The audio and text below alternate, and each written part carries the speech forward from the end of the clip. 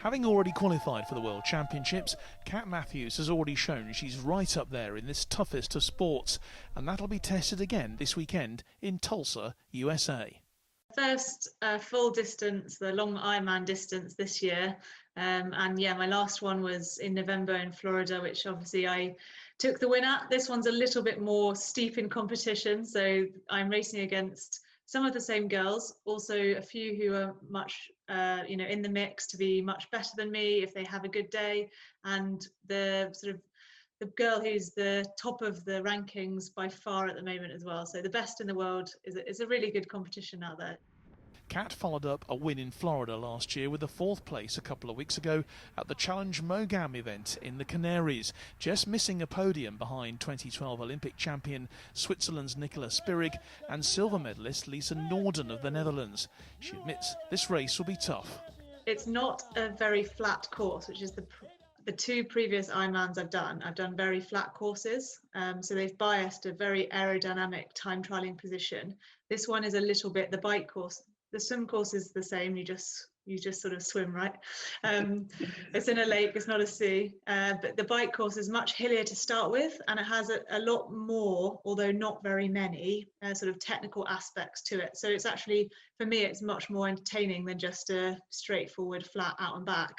I've had a little look at the route, and I really invest some time in looking at the elevation gain, where the hills are, where I might be able to put a bit more power down on the bike, where the sharp descents are, where you're going to be able to see other people. There's key points across the course where there might actually be time to be made that other people aren't making use of. So I've looked at the course and bike in quite a lot of detail. And then the run is, again, I think you just have to crack on with the run. It's relatively flat. It has a bit of a downhill to start, so I know I'll be able to pick up some time there at the very start of the race, first kilometre or so, and then I think I'll have a hard battle. I think the last K is uphill, so I'm really hoping that I can be in contention at that top three. We saw you training last summer very hard before you went out to the States, which was at the height, to be honest, of the second wave of the pandemic. How's it gone so far? Because it's not been easy, presumably, to get the training in, given the restrictions that we've all faced. Absolutely, and I think for everybody, the last few months have been even harder than it was last year in a way, because we have had the British weather to contend with.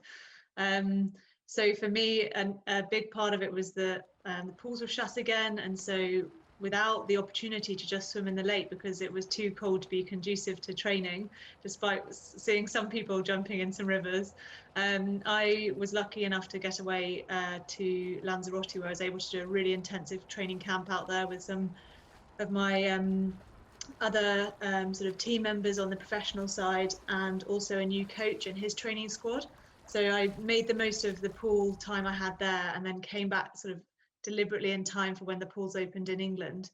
So that's been the hardest thing, I think. Other than that, it's just been getting through the same sort of training as last year, using the turbo trainer and just getting out there in the British weather. The Tulsa Ironman race is part of her preparation for the World Championships in Hawaii in September. Like the Olympics, there's still no guarantee they'll take place, but she's planning and hoping for the best. This weekend's race is an important part of that build-up. John Knighton, Forces News.